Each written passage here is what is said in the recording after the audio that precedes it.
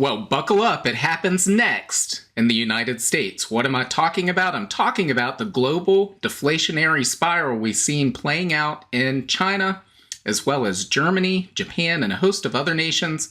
And we're seeing signs now that this is coming to the shores of the United States. Hey guys, Britt here. Welcome to End Times Bible Prophecy. Make sure to hit the subscribe, like, share, and restack buttons. So let's look at some of this data. Guys, I'm recording this on Monday. Usually I don't do that, but everybody in the house had the flu last week, except for me. And now I can feel the flu coming on. So I'm going to try to record maybe the next couple of videos so there's not a big hole this week of no videos.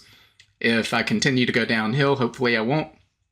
So we'll talk a little bit more about that toward the end of this. But let's start with this right here. So this is from the Federal Reserve Bank of St. Louis. We looked at this on the special Sunday video that came out on the Substack. There we were talking about a financial crisis. Here we're talking about this in terms of the global economy and the impact on the global economy. So this is overnight reverse repurchase agreements.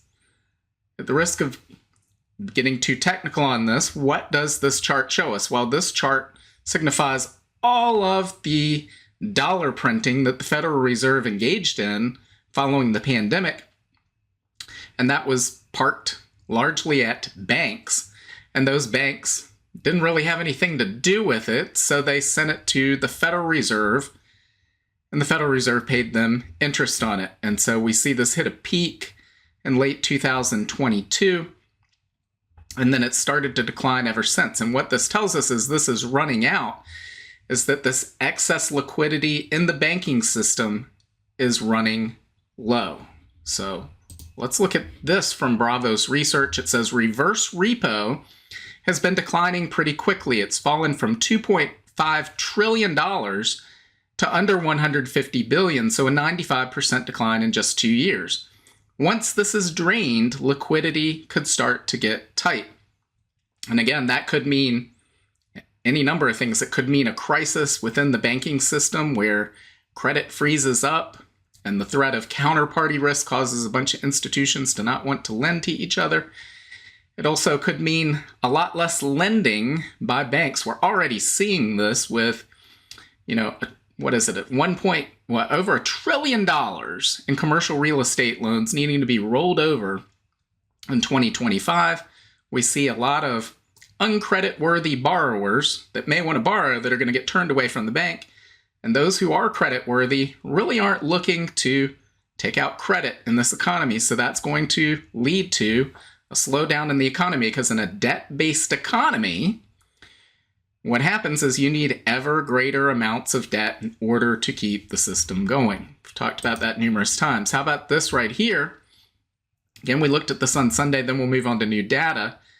But this is the Bank Term Funding Program, which we saw really following the failure of the second, third, and fourth largest banks in U.S. history back in the spring of 2023. This program hadn't existed before. The Fed created it to bail out all of these banks to prevent a run on the banking system. It was supposed to last for 1 year, so it should have run out in March of 2024. But they kept it going for some reason. But now we're seeing that all of this has drained away, all but really an insignificant amount is left. This means those banks that were in trouble, that needed this back in 2023, well, they no longer have it. Again, are they going to be more or less willing to lend into the economy given those circumstances? I believe the answer is they would be less. About this data from the Federal Reserve, all employees temporary help. And this data goes back to 1990, and we see when we have a peak and a decline, these gray areas signify recession.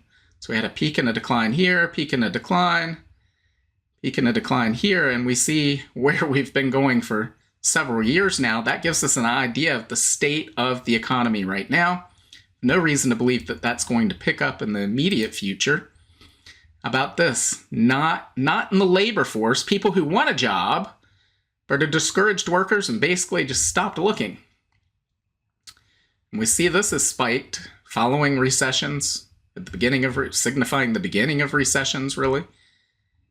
We see that in the dot-com recession. We see that in the great financial crisis, the pandemic recession, and now we see this. So no gray bar yet. That will be coming soon. So, or at least be officially acknowledged soon. So the job market is not looking as rosy as it did a few years ago. We see that here in this headline from Zero Hedge. It says job openings unexpectedly crater by more than 500,000 as wheels start to fall off the job market. So again, before we see layoffs, we see this lack of temporary hiring.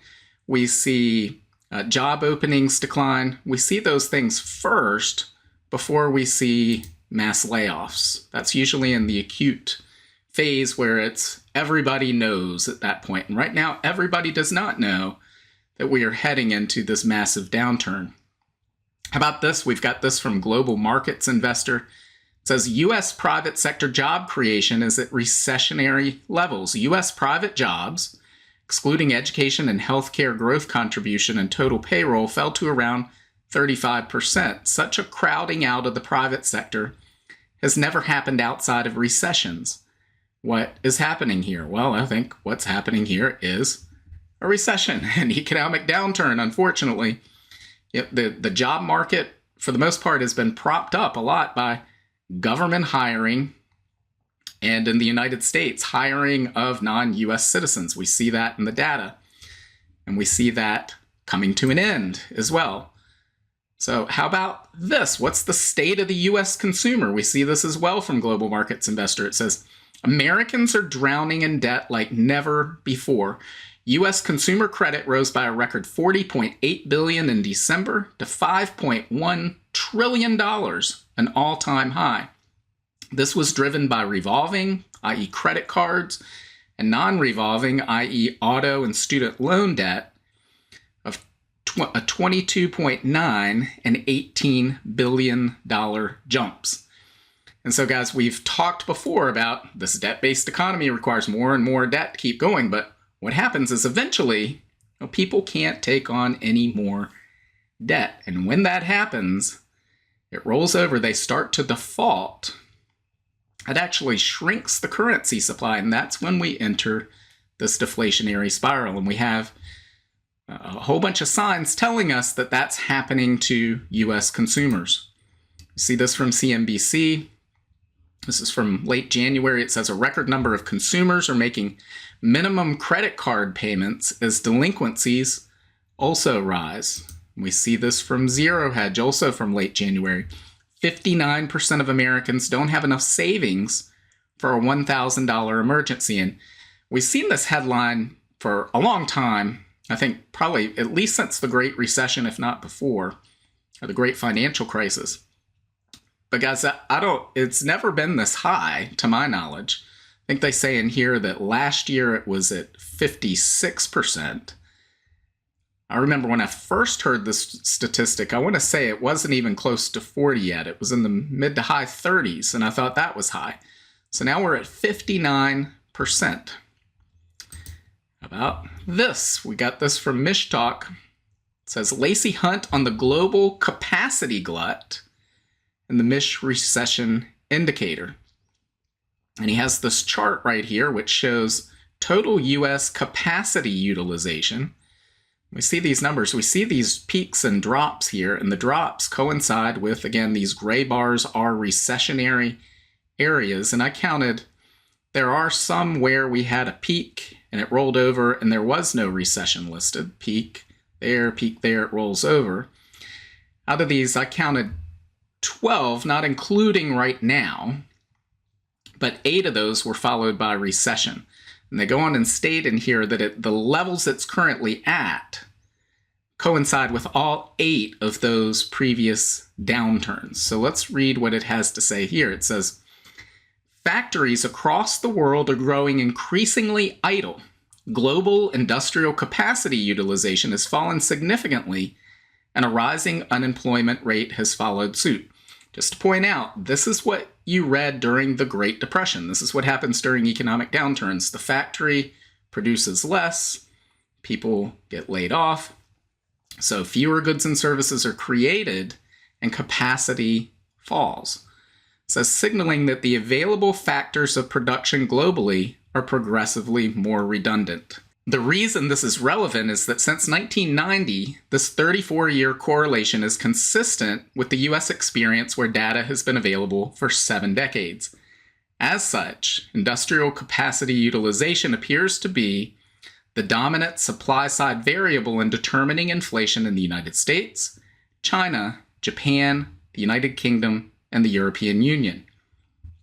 In the United States, capacity utilization has plummeted to levels lower than at the start of all the cyclical recessions since 1967. So really, since the beginning of the current monetary system, remember, Richard Nixon closed the gold window in August 1971, ending the convertibility of the dollar into gold. So since we've been under that system, every single time we've seen levels this low in industrial capacity utilization, we've had a recession.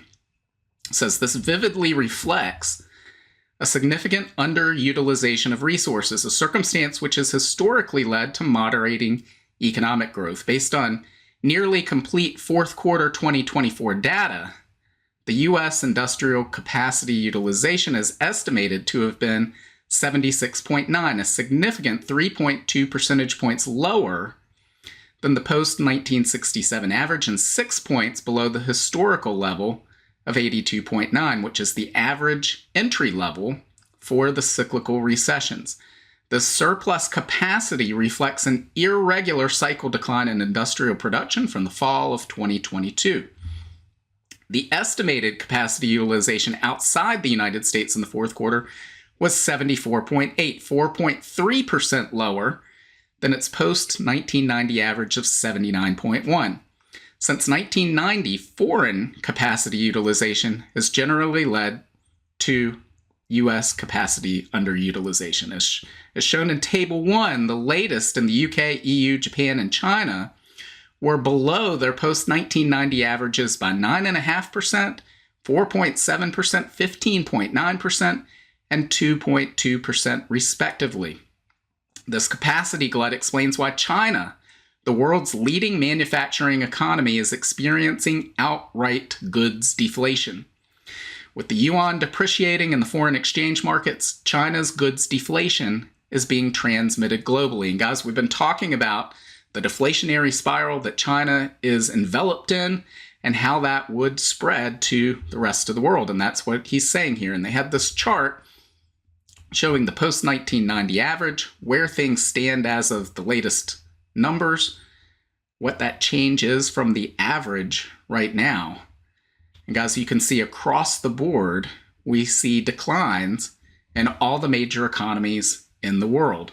This is telling us the United States is the last of these economies, in my opinion, to enter this deflationary spiral. We're in the midst of seeing it happen right now. And we would expect to see something like this. So this is from Kurt Altrichter. It says February's Consumer Price Index report is likely the top for inflation over the past month. I have all these items that have declined. I believe this is this year over year, I believe, or I don't know if it's monthly or year over year, but across the board we see these declines in price. That is they're still much elevated from where they were 5 years ago, no doubt. But that's what we would expect to see with declining demand, declining consumer demand, when consumers have taken on so much debt that they no longer have the discretionary income to go spend. You see the factories, the different businesses that create the goods and services that serve those customers, well, they start to cut back. They're not going to create as much as they did before, and then they begin to lay off workers, as was stated in that last article. So we're at that point in the cycle where we're going to start seeing this take place. Guys, we're seeing the very beginnings of this deflationary spiral coming into the United States. I expect in the weeks and the months ahead, we'll see more data to confirm this. Could be wrong. I hope I'm wrong. But unfortunately, I think that that's what we're going to see. So guys, again, I'm recording this on Monday because, well, I think I'm getting the flu. We'll see. We'll find out soon enough. But on Wednesday, and I don't have the link up for this yet, if you head over to the YouTube channel and the live tab, we'll be doing another prophecy roundtable, 7 p.m. to 9 p.m. Eastern Standard Time. You can join that live or you can watch it later. I'll have the live chat going at that time. Again, I don't have that up yet because I'm doing this on Monday. Hopefully I will be a part of that and won't be sick as a result of this flu going around. But if I am, I'm sure they will move forward without me, and I will simply join the live chat with everybody else and answer any questions that you may have. Hopefully I'm in a state where I could do that. So leave your comments below. Let me know what you think. God willing, I will see you next time.